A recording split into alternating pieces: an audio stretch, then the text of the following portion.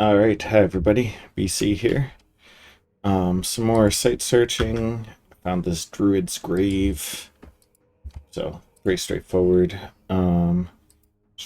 Shaitans, Watcher, Wraith Lord. There's our first Wraith Lord. So there he is. Don't know exactly where I'm gonna park him and have him start summoning Wraiths. Probably just over here, but yeah, we'll figure that out. Let's see. Dimensional instability, voice of Absu.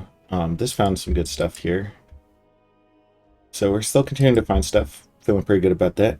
Pythium teleported in to fight these guys, and I'll save you watching the battle. Like, they had two super combatants, but neither of these guys has stellar morale. So the nightmares forced them to rout off of morale. But well, speaking of morale, I need to have some random guy make a what's the thing that they flesh hunt eater. That's what I'm saying. Flesh eater. You're not gonna find anybody anyways. Make me flesh eater. Lost this guy to some horrors. I think he was one of the ones with a soul contract. Yep, and so they came for his soul. Battles. So it looks like from the snapshot you would think that Uruk's taken the offensive. Well, let's go ahead and look. Ashdod attacks with a thug. Uruk peeks at this army. So not an actual battle. Here's what Ashdod has sitting on their fort there. Let's go ahead and look at that again. 14 Emites, which I don't know how I feel about these. They're big. They're not expensive for their size. Death 2 is obviously a great cross path.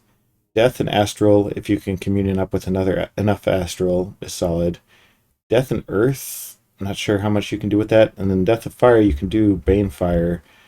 But since it's just one of each, you're limited to just the Bane Fire darts, which, like, that just hits one guy and then decays some other guys. So it's not that compelling. I guess I thought that someone mentioned that there's a Death Earth Crosspath spell. Fields of the Dead. I guess, like, this is if you communion up into it, but, like, that's not what's going to be happening here. I look at Earth instead of... Okay, that's interesting. So, yeah, for primary path Earth, this spell was added from Blue Fires, I'm pretty sure. So it's a underwater spell.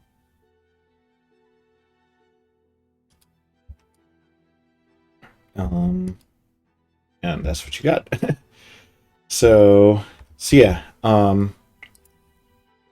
Anyway, I was looking at the Ashdod army. 7 Detanus, which these guys are just sprinkled in to cause havoc. When they are not the primary victim of Dust to Dust, they're pretty effective. And Uruk isn't going to have a lot of Dust to Dust anyways. Chantresses, Raphite Lich King, which is a very baller unit. And then some Zamzumites, which are they all have Death 2, so they can all do Horde of Skeletons at the very least, but they've got other things on the table as well. And then some of the Sages, which any of the 2 paths that they get are great. 83 Anakites, and then a bunch of Archers. Last thing I want to see here is the Lich King. So here's this commander. He's got a crossbow and a bunch of broth. here's Lich King. Minimal gear, but he is immortal like any other Lich. And the chest wound doesn't matter because he's dead. So just some basic stuff. Um, um, Despite this huge ass army, like each of these guys counts for 4.5 siege strength on their own.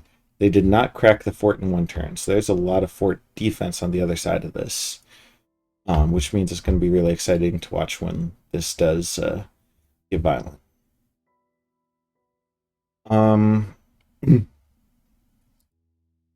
Uruk raiding with a bunch of boars. Uruk.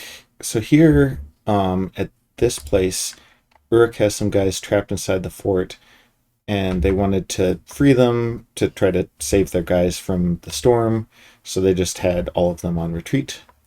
I don't know how many of them made it to safety, but that makes complete sense. 15 more Ashapus. Don't know exactly how many of them made it here, since that's their only retreat option.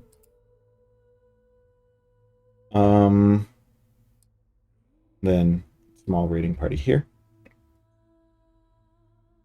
Another Ashdod Tanu. I sent all these mercs in after Machaka and had no success, so I'm not too worried about mercs. It was worth a try. Machaka moved in with their army, so here we can see that. They killed one of my strike bears. 33 witch doctors, which, again, these guys do not have, like, they can summon spiders and that's pretty much it, and I can deal with infinite spiders, no problem. Sorcerers have a little bit more utility, but not a lot.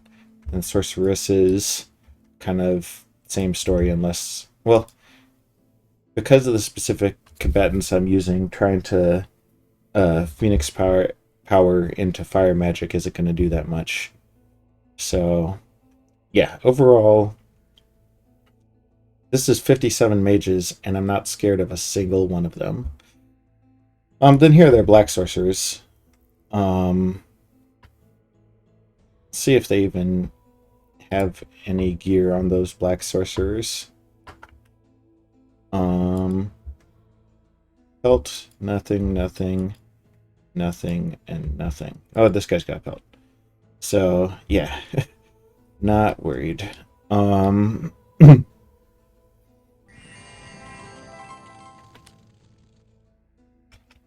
got some of my dudes scripted to cloud trapeze on top of this army and just cause a lot of problems.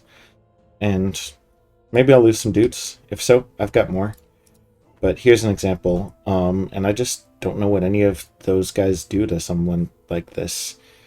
He's got 27 prot. He regenerates. Slime shield will slime some of the dudes coming up next to him. He's got 55 fire resistance. So, like, really the only thing that you can do to him is susceptibility to cold, but there wasn't a single water mage in that crew.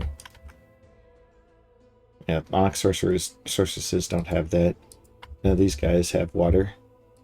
Black sorcerers don't have water. So yeah.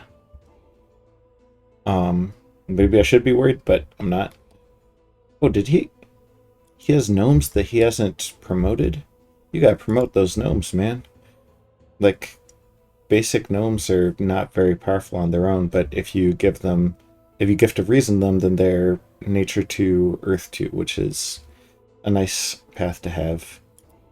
Granted, Machaka already has access to that on... They don't even get that on their black sorcerers. So yeah, you gotta gift of reason those. Pythium attacking Asphodel. So let's go ahead and move you to Asphodel proper, which the fronts are definitely closing in for them. And then Ashdod took a swing at Asphodel and lost. I cleared out this finally. No losses. So he has seen this crew here. Oh, I need to put some PD. I'm glad that I'm recording this. At some point I'll temple this up just because recruiting some nightmares sounds pretty powerful. They're expensive, but you get a lot of troop out of them. Like they don't hit hard, but they have that fear aura that can be useful. I can make anything hit hard with weapons of sharpness, and their defense is pretty good. So I'll think about it. Maybe I won't. I don't know. Picked up this fort here. So if we go ahead and look inside, well, I brought this Djinn and this Boread, and inside they've got some elephants, some ants, some shades, some sorcerers, and their god. He's got 2 astral boosters.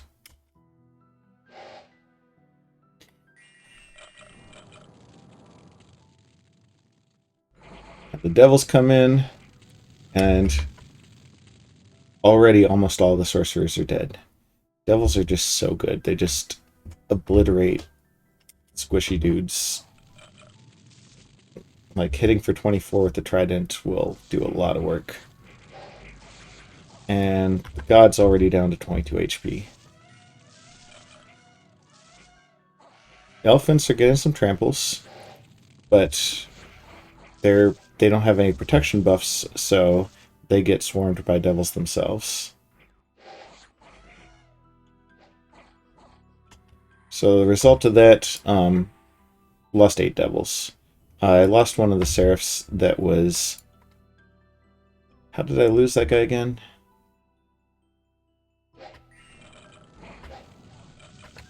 I think he just got aced by an arrow. Yep. Nice shot. So that's fine.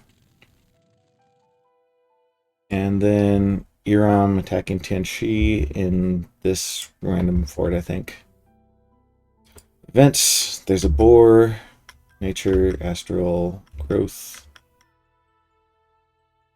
Lost a scout, found a boar. It's different from the boar that we know about but haven't found. And you get the idea here. So I'm leaving my guys on siege this turn. Might as well, like, dare them to come out and fight me. Otherwise, we're sending in a bunch of dudes to go and crack Machaka itself. And then after that, we can kind of clean up Desolation Vault and their army if we haven't already killed it next turn. And that will be the end of Machaka, other than this random province that I bequeathed to Ermor. Oh, that's not true. I also have to clean up this thing. But, yeah.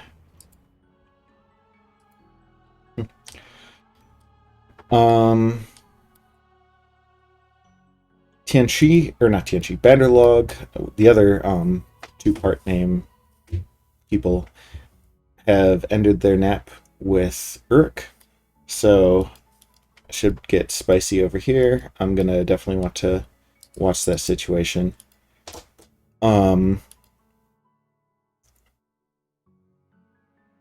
don't know exactly how things are gonna shake out there.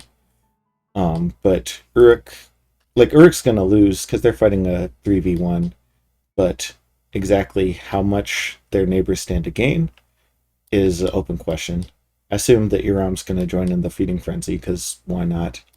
I told Banderlog that they could have pretty much whatever they got from Uruk as long as they left this throne to me. And that feels fine. If things go according to plan, then I'll have Uriel here go over to that throne and start summoning Children of Tiamat for cheaper. I'll get these score graphs, which seem fun, as well as some other random stuff that, hey, I'll take it.